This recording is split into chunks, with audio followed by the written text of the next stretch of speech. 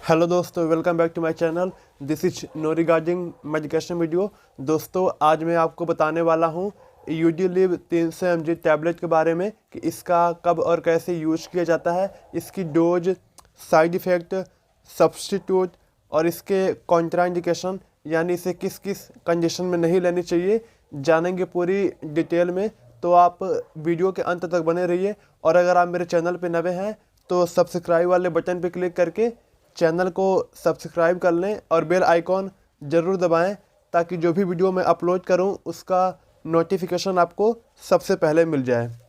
दोस्तों, यूजीलिव टैबलेट एक secondary bile acid होती है जो कि एबॉट कंपनी के द्वारा बनाई जाती है और ये आपको मार्केट में 15 गोलियों का पत्ता लगभग 550 से 600 रुपये के बीच में मिल जाता है। दोस्तों, अब बात कर लेते हैं इसके कॉम्पोजिशन के बारे में।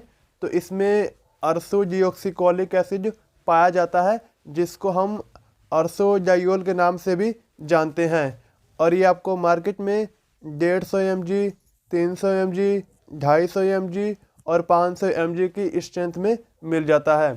दोस्तों, अब बात कर लेते हैं इसके यूजेस के बारे में।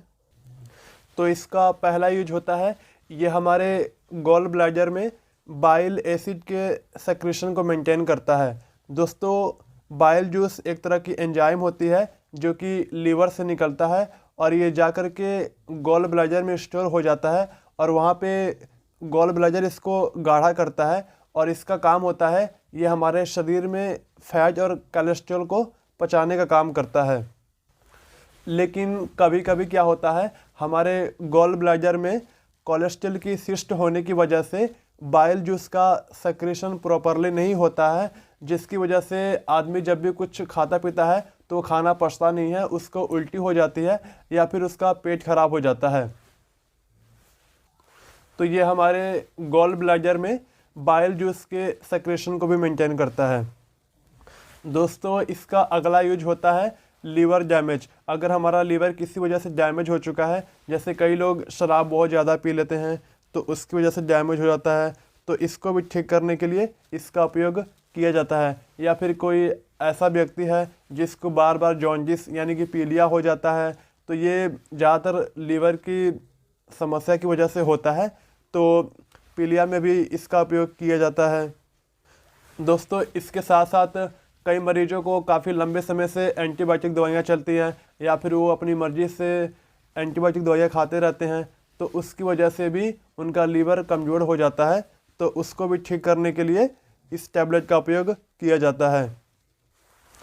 और इसके साथ कई महिलाएं कॉन्ट्रासेप्टिव पिल्स बहुत ज़्यादा खा लेती हैं, तो उसकी वजह से भी उनका लीवर ख़राब हो जाता है, तो उसको भी ठीक करने के लिए अर्सोडियोक्सिकोलिक एसिड का उपयोग किया जाता है।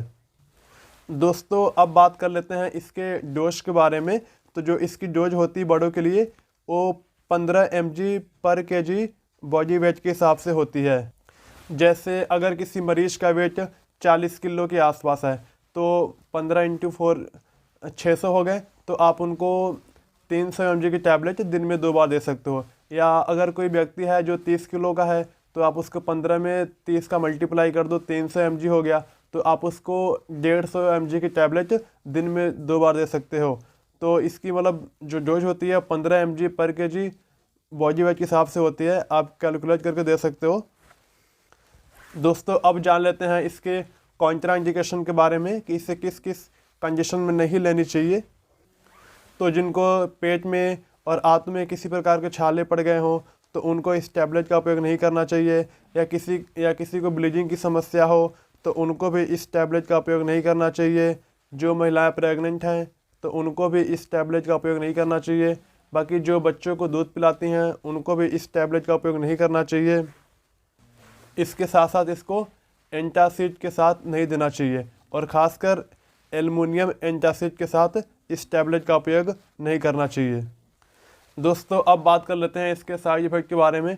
तो इसके साइड इफ़ेक्ट में वही जी मिचला सकता है, उल्टी हो सकती है, पेट खराब हो सकता है और कभी कभी चेहरे पे स्वेलिंग भी आ सकती है और कभी कभी सांस लेने में भी दिक्कत आ जाती है और बहुत ज़्यादा मात्रा में ले लेने से ये हमारे सर में गंजापन भी ला सकता है। और दोस्तों इसको ज़्यादा से ज़्यादा 6 महीने तक ले सकते हैं, इससे ज़्यादा लेंगे तो आपको नुकसान पहुंचा सकती है।